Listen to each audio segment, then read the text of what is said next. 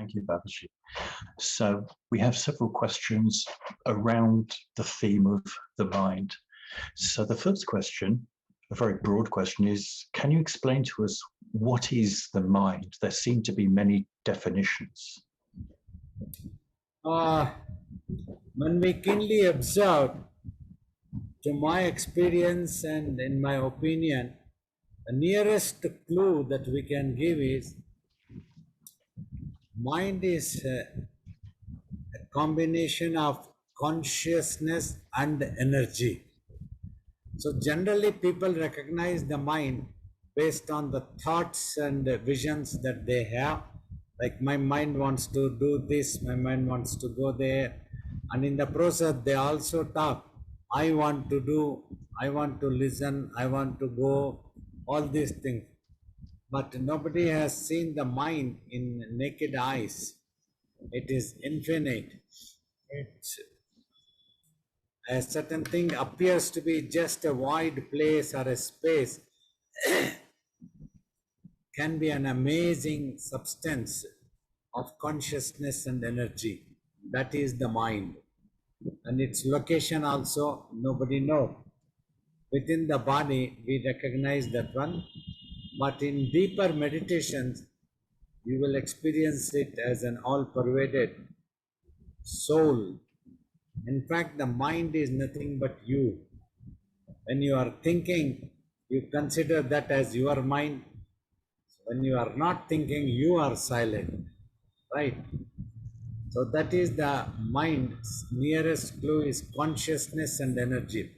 Here, consciousness means wherever you apply the consciousness, you become aware of that truth. Like when I am talking, if all of you apply your consciousness to me, then you become aware of what I am trying to convey. Otherwise, the same mind can be spinning and running away somewhere with some other imaginations also. So that is its imagination qualities, possibility to be creative, all these things happen due to the presence of energy in the mind that spins and the mind goes into an imagination. So that's what the mind means.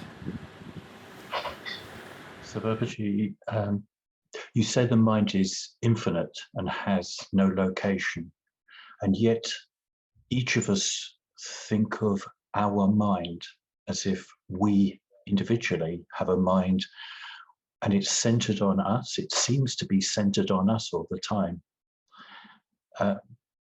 How can that be, that it's infinite and yet we only see it as individual? For a while, because the consciousness is stuck to the brain, or I can say the soul's consciousness has been drawn and stuck into the brain's reflections. So you have body consciousness as yourself. It appears as if the body is you, whereas you are beyond the birth and death of the physical body. You are that infinite, that which you experience. But just now you can experience your mind also only within the body. Though a perfect location may not be visible or unable to make out where the mind is. Mind is your conscious energy. Brain is the biological organ in the body. They both are separate for now. Brain has helped you to be in touch with this world. Brain is in touch with the universe through the nervous system and all the 5 sensory organs, right? It receives message and that reaches the brain, then the brain passes on the order also.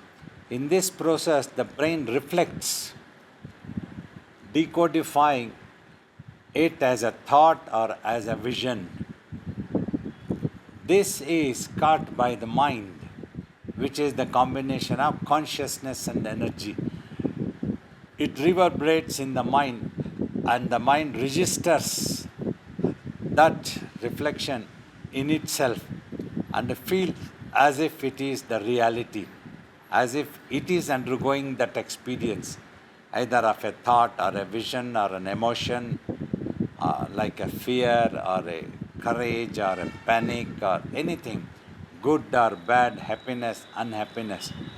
So, all these things are experienced.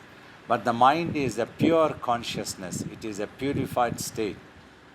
So, now brain can be a very good servant but a very bad master, in my opinion, because you are through the practice of meditation, you are able to keep the mind withdrawn and under control, quietness. You will not become a victim of whatever the brain reflects.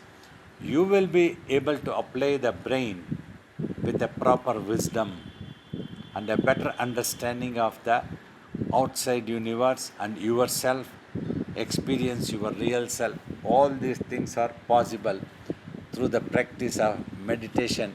When you control yourself, when you take control of the mind, you become the master of the mind, and thereby you can become the master of the brain also. You have to use the brain. So that's what the brain should not be allowed to use the mind. The mind always becomes a victim by taking it in good faith of whatever the brain reflects. Any judgment, any analyzation, like a foe might appear as a friend might appear as a foe. So when the mind imagines with the help of the brain. So that's why a proper wisdom needs to be applied. Properly, you have to use the brain. This is possible when you practice longer meditations, and you will be able to think justice and the right things, the right understanding about the things. Thank you, Babaji. So um, you've written a commentary on Adi Shankar's Viveka Chudamani. Could you explain about Viveka, this discrimination, please? Viveka is the wisdom. Because you have a well developed brain, using it, you would be able to discriminate a right or a wrong in a much better way than other creatures, probably. And you are able to understand the things also. Like you are able to understand the entire universe, including your own physical body, is impermanent. Everything has its own time limit, whether it is 100 years, 1000 years, or 10,000 years, whatever it is. Earth and sun also have their own limits. One time, after a billion years, or tomorrow, anytime anything can happen.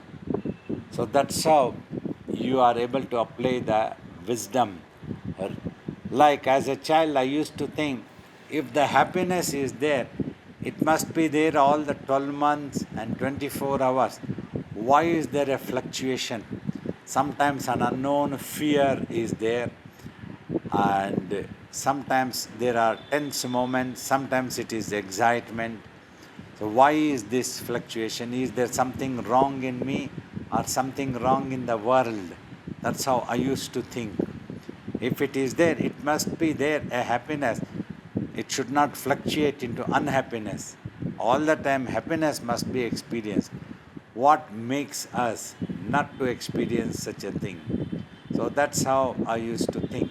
Like this, one has to discriminate right and wrong, impermanent and permanent.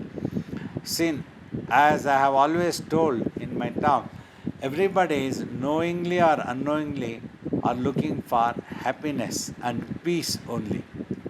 Only if the path is not known, if the technology is not known, then you are unable to achieve that permanent peace. Sometimes, like normally, people try to depend on the objects of this world for their happiness. They imagine if I get this car, if I get this aeroplane, if I get this wealth, I can be happy. For a while, they become happy, but that is temporary. Again, all other things with that wealth or any object that you obtain, they all follow. So, troubles, tensions, fear. If at all we get what we imagine, then after getting it, oh, we should not lose it again. Then again, tense moments happen. So, like this, it always follows. The more that we go after the impermanent things, the more troublesome unhappiness keep happening. So, there is never a contentment for human beings. Contentment becomes so elusive.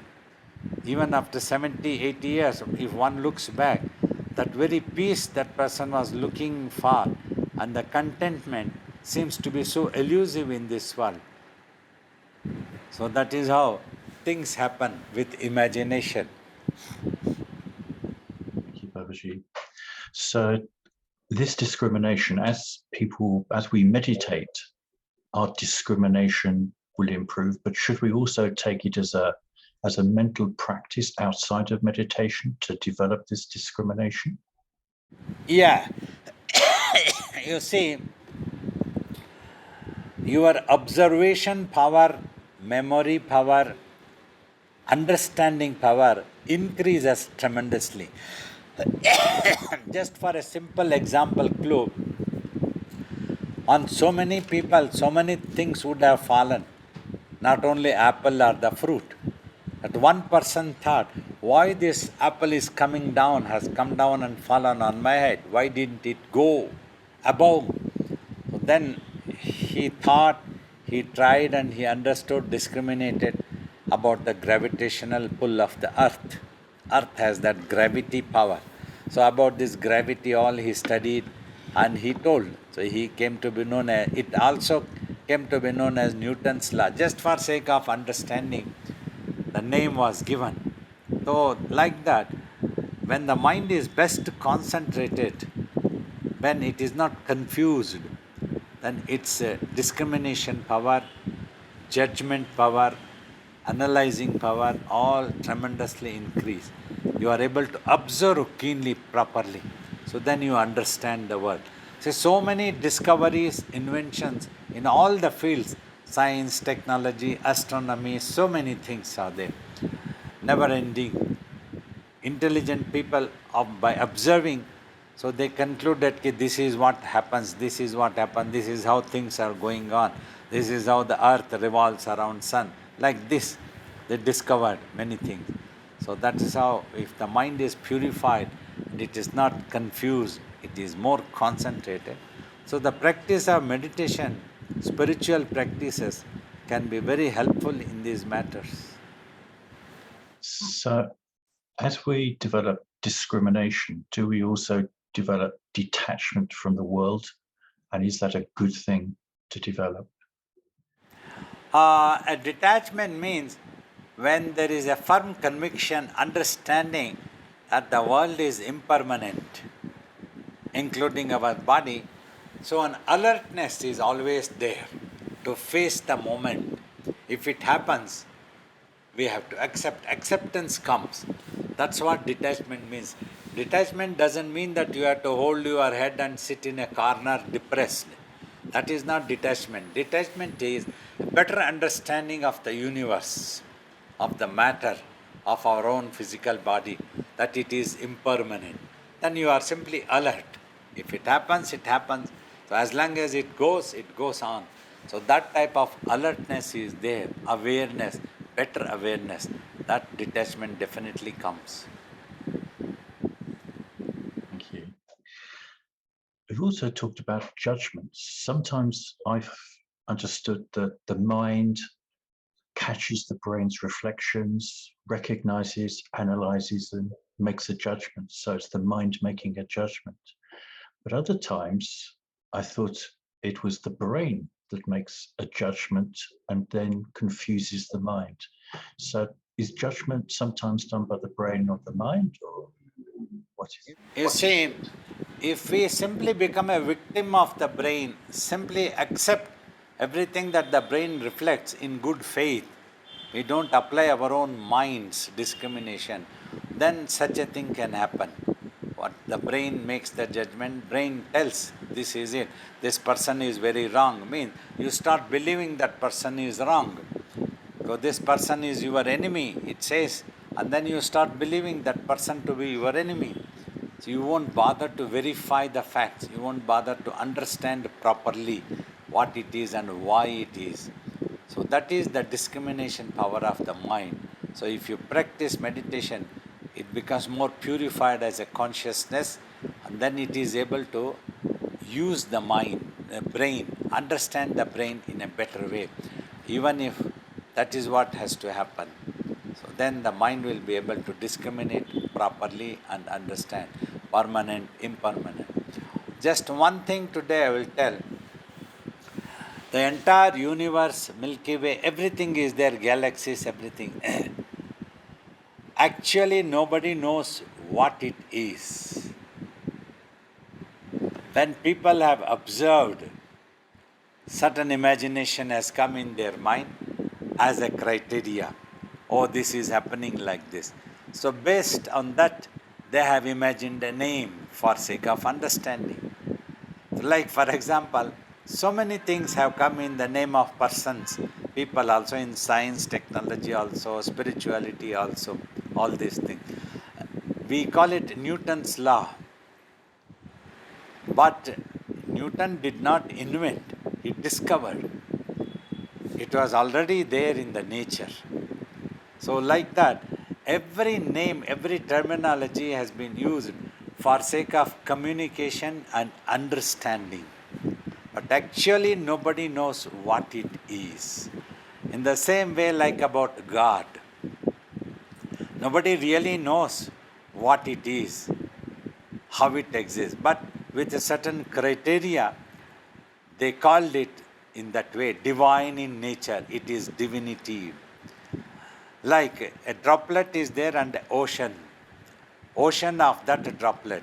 So the ocean shall consider, nay, droplet shall consider the ocean as its God.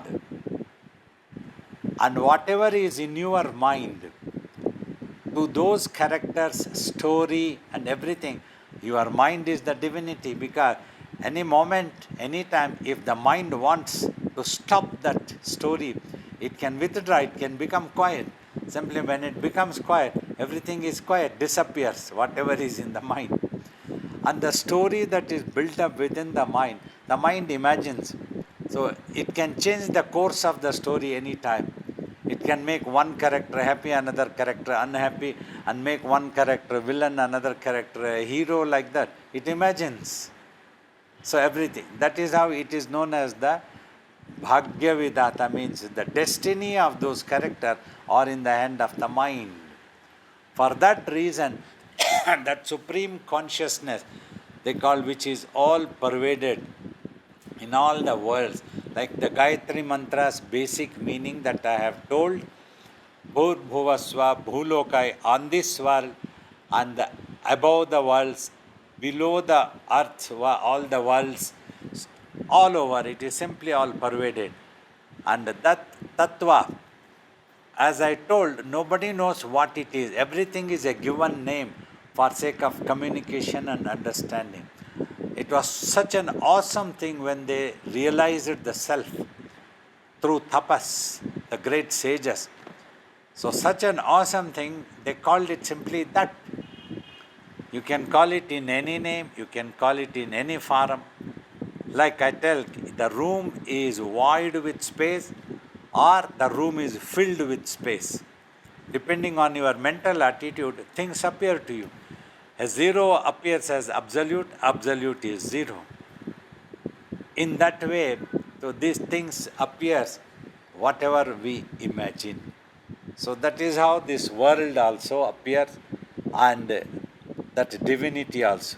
They called it, that is Bhargo Devasya Dhimahi, that is divine in nature, because it can cleanse all our unhappiness and sins.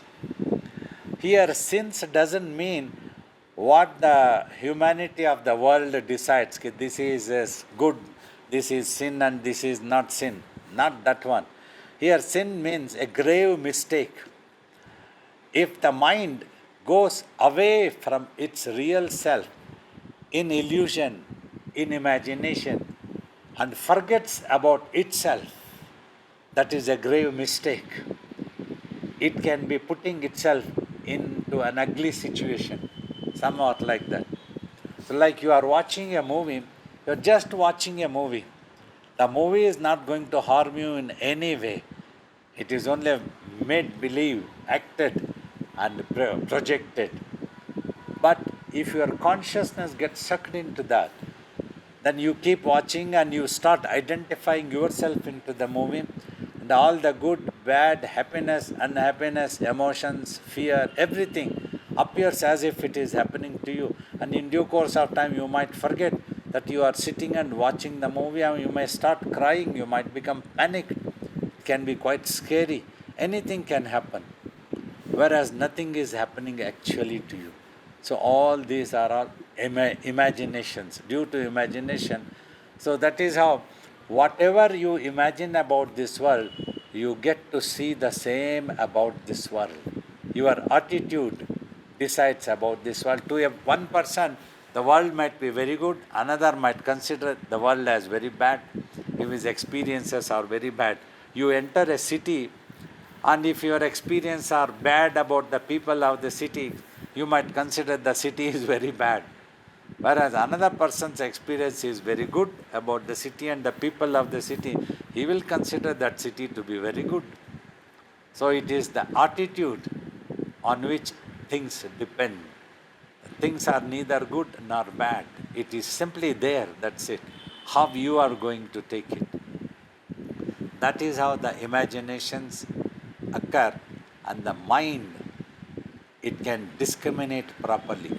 So when you meditate, these understandings come very better. So that's why I tell youngsters, if you practice meditation, you can live like a genius. Means your understanding capability, observation about this world, any things that are happening, you will have the better judgment capacities and proper analyzing capacities. You will not lose confidence, there won't be any confusion, incompetent, or difficult to take a decision. Indecision is what many a youth keep asking the question in life. So, how to use the proper decision making. So, like this, confusions can happen if the understanding is not better. Thank you, Vavaji. So, what incarnates? We talk about all our different lives. What is it that's going from life to life, or body to body, or identity to identity? As we were discussing about the mind, it is the same mind until it doesn't become pure consciousness. Pure consciousness means it has to abandon all cravings. Then mind is no more mind. All its desires, all its imaginations, all its judgments, all its attitude, generally what I call as the acquired habits of the mind. So that mind has to give up totally once for all. Till then, that carries to its next life. Because of these imaginations that it is carrying, that becomes the reason for it to take a next birth. The clue is, I have told, like this world appears to you based on your attitude. That is the clue. Whatever you think in the mind, you get to see that same thing. So thus we tell people, if you are positive in your visualization, you can be shaping a better positive destiny for yourself. In due course of time, things can materialize in such a way. Mind has such powers. When it becomes more and more concentrated, repeatedly it visualizes the same thing, then such a thing can be happening to you. So when death happens to the physical body, the brain also dies. That's how medically doctor declares. By I am going to declare he is dead, he has passed away. So many terminologies, languages are used. The soul has departed and the body has been dropped and it has gone. But nobody knows what has happened to the soul, where it has gone, what has happened. It is a still existence, stand still existence, soul. The soul doesn't travel from one place to another place. Then and there itself it spins, carrying the acquired habits. With the habit of that spinning, it assumes its next incarnation. So that is how different lives happens. Like this life also has happened. So recommended goal, as you are looking for peace and happiness, the supreme peace can come only when you achieve total contentment. Contentment is there in your mind, means it is pure consciousness. There are no more desires. Simply acceptance is there. Whatever happens, it's fine. No problem. When there is no problem, you don't have any problem. So you don't have to see anything at all. There is nothing else to achieve, nothing else to fulfill. So you don't have to be reborn. If the consciousness is pure and totally contented, that's what a yogi, after a long time practice of meditations like tapas, his consciousness would have become totally purified. Whenever the mind becomes purified, it merges with the self. It goes towards the divinity. When it is into imagination, it comes away. The more it imagines, it comes away from its real self. So that's what the grave mistake we said. You go out of your home is no problem, but you must remember to come back to your home, its location. So if you forget that you have a home and keep wandering on the streets, so you put yourself into an ugly situation. So you don't know who you are, what is going to happen. So you can be forgetting yourself and wandering like a madman. So that is washed away when you practice meditation, when you remember the divine's nature in your mind, when you adopt that meditation. So when you silently watch, that's what you are precisely trying to do. When we teach, close your eyes gently, just try to focus your mind and sight by fixing the eyeballs here. Just keep watching here. So you are trying to get rid of all the thoughts and visions there are in the mind as an acquired habit. Mind has become habitual since time immemorial. So many lives would have passed probably. So it is there. So it must get rid of. Then it becomes pure. Then it merges with the self.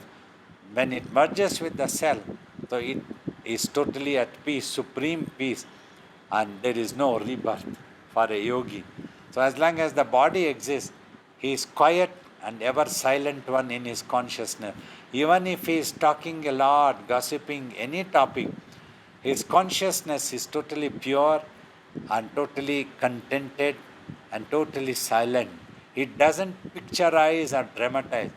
Whereas if you observe your mind, if I am talking anything, any story, nothing or something, even if I talk, there is really nothing, that also gets imagined in the mind. Mind builds up a periphery of its own. It reverberates. That picture, that story goes on and on and on. That has stopped in our mind. So consciousness purely just watches. That is what is known as a witness. We watch the world as a witness. Mentally we don't get involved anywhere. That's how the lives, different lives that you are asking. So things happen. A little bit of clue, somewhat the nearest we can tell. Thank you, Babaji. So I think I've heard you say that each time there is an incarnation, the mind weakens and spreads further into the universe. So to stop that, we have to have a stronger mind to meditate. But our mind's actually getting weaker every lifetime. So if I couldn't meditate properly in my previous lives, how is it with a weaker mind I can now meditate? How can I reverse this? You see, somewhere you have to start. You have an illness in the body, doctor prescribes medicine. You tell doctor, I am ill, I cannot take the medicine. You won't tell that. You need medicine to overcome the illness. So mind is weak. To make it strong only, you need to practice meditation. So you have to become determined, dedicate yourself, try to remain disciplined and exercise some patience. These things become possible when you understand the need of it. Always in this world, the moment your mind understands that it needs, then it becomes ready to go out of way to get that one. Like I keep telling jokingly, everybody understand that they need a livelihood, they need some food to sustain the physical body, and you are not going to wait for a guru like me to come and give you a talk or a lecture or a upadesha that you need to earn and you need to eat. People will go out of way. That is the first priority they will set. They will take out time. They cannot afford to sell. I don't have time to earn anything. I don't have time to eat. Not possible. Even in the midst of a match, cricket match also, they take out time to eat and drink some tea like that. In the midst of business also, people would like to eat something when the time comes. Otherwise, how will you sustain the body? So like that, you need to understand the need first, that you need it. So you need that peace. You are desperate. This world, everybody is looking for peace and happiness. They are desperate. They should understand this is the way. If your mind becomes peaceful, you have peace. So if you can keep your mind peaceful, quiet, that is what it is, then you have that peace. Every time you achieve something in this world, whenever the mind becomes quiet even for a moment, then you experience that peace. But soon you lose that peace because the mind again jumps and goes into a craving of wanting more and something else. You have a bicycle, then you want a motorcycle, man, you want a car, you want a helicopter, you want an aeroplane, and never-ending desires go on and on and on and on. So like this, things keep happening. So that's what you have to understand the need and then try and sit. Then you can get it. You can do that one. Sometimes I have read in newspapers and some articles about great warriors who have fought wars, even the militaries. They have been hit by bullets. They know very well they are going to die. But some people have tied their bleeding with some cloth or something that they have, and then went on shooting until they haven't fallen down to death. So that attitude must be there. Do or die. Like our master said when he made me to sit for tapas, you come out as a yogi or your dead body must come out. Must not abandon, give up. So that type of dedicated attitude, firm, determined. So, well, with the three mantras I tell, dedication, discipline and patience. With these three things, one can definitely meditate and achieve. Also, you think one more last point, though it is very difficult, it is not impossible. That's what we were taught since childhood. Anything to achieve, it might be difficult, but it's not impossible. If there is a thing difficult, there is always a hope. You can put an effort. Only when a thing becomes impossible, there is no point in trying. If a body is dead, no point in trying. It's impossible to revive. Doctor says, Kibai is over. So take care of this. Take leave of this body with due honors. Perform funeral. That's what happened. So that's the difference between very difficult and impossible thing. Thank you, Babaji. Pranam Babaji. I would like to know, what do you mean when you say a troubled mind? Because sometimes I think I've got a troubled mind. I'm trying hard to focus on my meditation and I can't. Yeah, troubled mind, that's what is the trouble when you are unable to control your mind. Keep it restrained.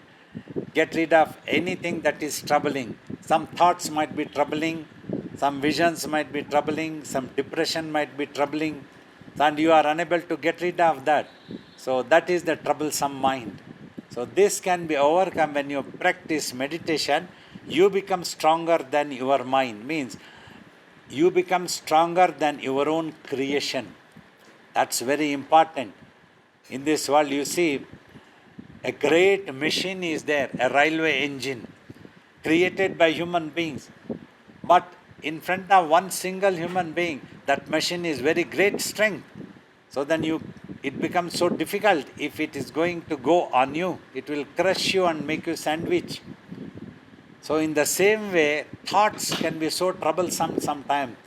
Our teachers used to tell in school, the funeral pyre is much better than the fire of worries of the mind. That's more dangerous. Worries of the mind are more dangerous than the funeral pyre, the funeral fire, So that's what they say, the old saying. So to get rid of that, you have to meditate. That is the troublesome thing. Thank you, Babaji. Thank you. Pranam, Babaji. Babaji, just listening to you earlier, you mentioned that the soul, nobody knows where the soul goes, or at the time of death, the soul spins and assumes the next birth. Now, just thinking about a few at the point of death, I have attended a funeral where they have read the Garuda Puran and they have mentioned about the travel of the soul. So I'm just wondering, what is your thought and your feedback on things like this? Because we tend to believe that what's being read by the priest at that point in time talks about the journey of the soul. Instead of these Purana stories, I would recommend great spiritual scriptures like Yoga Vasistha, Vasistha teachings of yoga, Upadesha to Lord Rama. So he talks, his experience, the same thing we got to see also. Then and there itself it spins and it creates its own world. But we people of this world will try to imagine based on our imagination capability, depending on this world, that it has to go to some other loka, we imagine, and then it might come back to this loka only in the next birth. All these imaginations, so based on this, myths have been built up. But when we experience in deeper meditation, the soul doesn't really travel. It simply spins in illusion and creates an illusion, just like the magicians working sometimes. So that type of techniques, the mind has such type of techniques of illusion. It creates a separate world of its own and it binds itself with the birth and it gets to see the story that it had been used to imagine and visualize. You cannot track.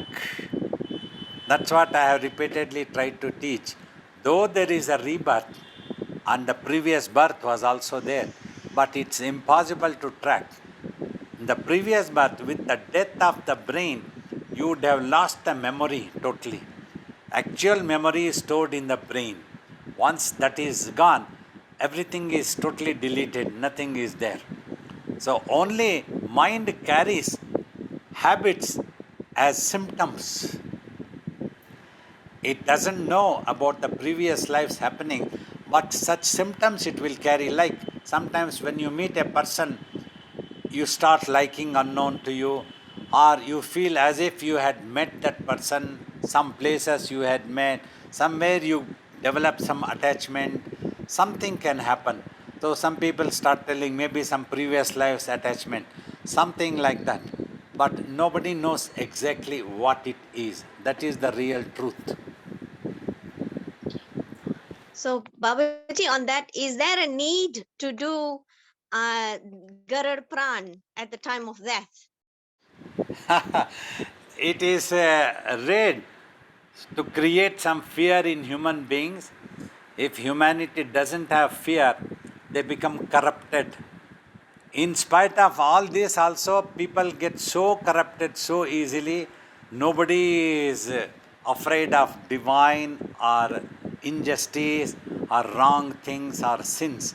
They go on doing, they justify their every step as the right things. So for these purposes only these stories were told. So if you don't do proper karmas, you are likely to undergo all these different hell, this, that, and whatever they could imagine, they have described the hell also in so many ways. So hell is here, heaven is here, everything is here. You experience in your mind. So that's what happens. You need to purify with spiritual exercises. Learn to consider about each other in this world. Learn to consider not to become corrupted, to be afraid of doing injustice to somebody. So all these things are very important. This is what moral values need to be taught repeatedly by everybody. But we try to remember these moral values only when somebody dies. Then we also are reminded that one day we will also die. That's when a fear occurs. My God, what will happen when I die? Let me try to know something by let me listen to Garuda Purana. Otherwise, we cannot get rid of the hell, all these things. So that is when we try to listen. Oh, it has been prescribed, we have to listen. So it is more than the necessary to read a Purana, it is necessary not to become corrupted. Okay, all right. Okay, thank you, Babaji. Pranam Babaji. I have two questions. There may not be time for both of them. The first one was inspired by the previous question. You said that the memory goes away when the mind goes away, but The brain the- dies. Memory goes away when the sorry. brain dies. yes, right. Sorry about that. Yes, that's what I meant to say. But in the Puranas, we also read about some rishis, some seers, who are able to see things that happened far in the past and all of that, like in Mahabharata or whatever. So they are remembering things like that. So where is that information coming from that they're remembering?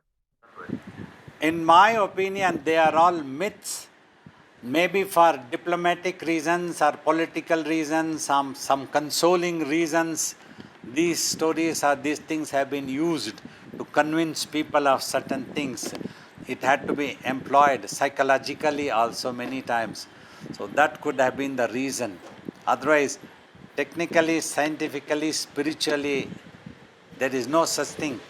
All self-realized masters have always used, even if you have read in Ramana Maharishi's story, when people spoke to him about the previous life, he told, what you are now is more important than what you were in your previous life. Self-realization, that's what they have recommended.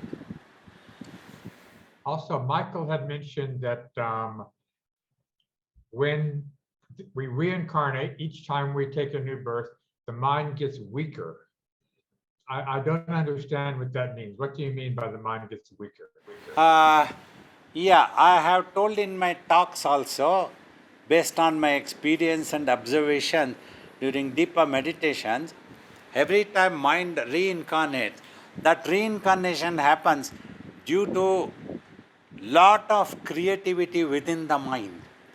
When it becomes creative, it splits. It can be splitting into so many layers, millions of layers. So thus, when it reincarnates, if it imagines very violently, if it belittles itself, so that consciousness may split, so the mind can become very weak. The next birth. So it binds itself with that weakness and undergoes all the destiny that it would have imagined previously. So every time. Like, for example, and what Swamiji explained to me once, in the beginning of creation, we can just take an enormous amount of consciousness arose from the Supreme Consciousness. The concepts which are known as the Brahma, Vishnu and Shiva, these are, Brahma means the one who creates illusion but doesn't get involved into the illusion. So he became the creator. The same Supreme Consciousness created in creativity. Then Vishnu sustains that imagined, that created things for long time. That's why Vishnu is known as the protector also. Shiva means your existence in thoughtlessness state, withdrawal of that creation is the Shiva. Nishcheshtit is the Sanskrit word, if you can understand, without any cheshta. So thus, these are known as the first trinities, divine incarnations, who created but did not get with their creations. That's why they remained with the divinity, with the supreme being, totally pure.